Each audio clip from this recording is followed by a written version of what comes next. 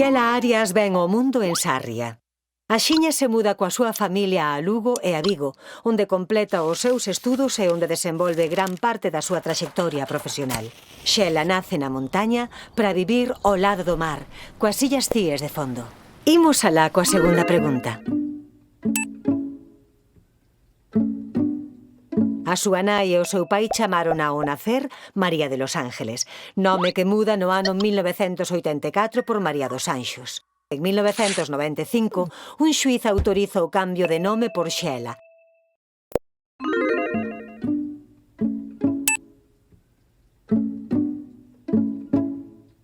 Ela mesma di: elixín antes as rúas que as aulas. Coa determinación e paixón polo mundo literario, comeza a traballar en Edicións Xerais de Galicia, onde ocupa durante 2 anos un posto de oficinista. Pronto forma parte do departamento editorial para chegar a ser, na década dos 90, correctora de estilo e editora das coleccións Xerais Universitaria e Biblioteca de Autores Galegos.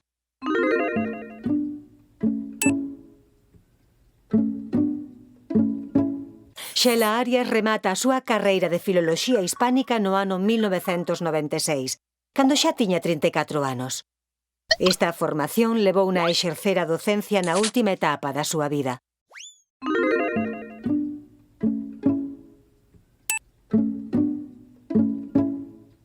Esta é moi doada. A poesía, por suposto. Nas súas propias palabras, indagar é cuestionar a orde das cousas. Creo que é unha función que debe cumprir a poesía. Senón, para que? Xa chegamos ao ecuador do cuestionario. Imos pola seguinte.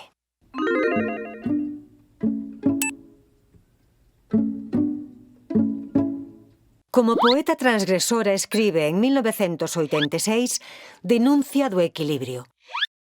Afastada de canons e correntes literarias, revélasenos unha Xela nas marxes do establecido.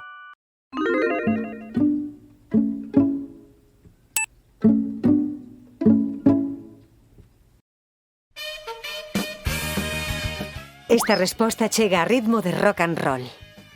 Os Desertores foi un grupo vigués xa desaparecido que sacou en 1991 un álbum chamado El Desertor, no cal todos os temas agás un eran letras da poeta.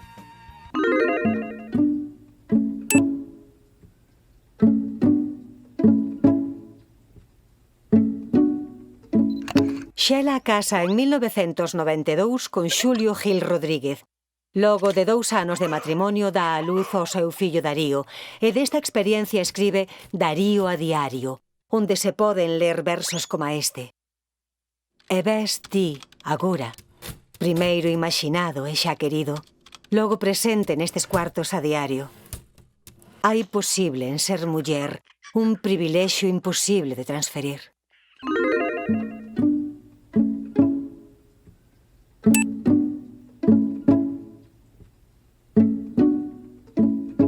Esta pregunta é difícil. O estilo de Xela non encaixa nunha corrente determinada.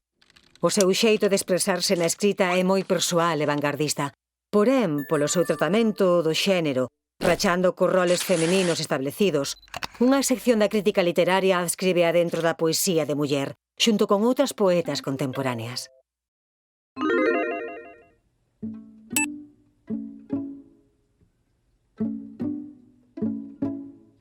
É o ano 2003 e Xela Arias ven de publicar o que sería o seu último poemario, Intempériome. Nas súas propias palabras falando da obra, a vida real é naquela na que unha se atopa na intemperie e se fai consciente de que se atopa na intemperie para precisamente tomar as súas decisións.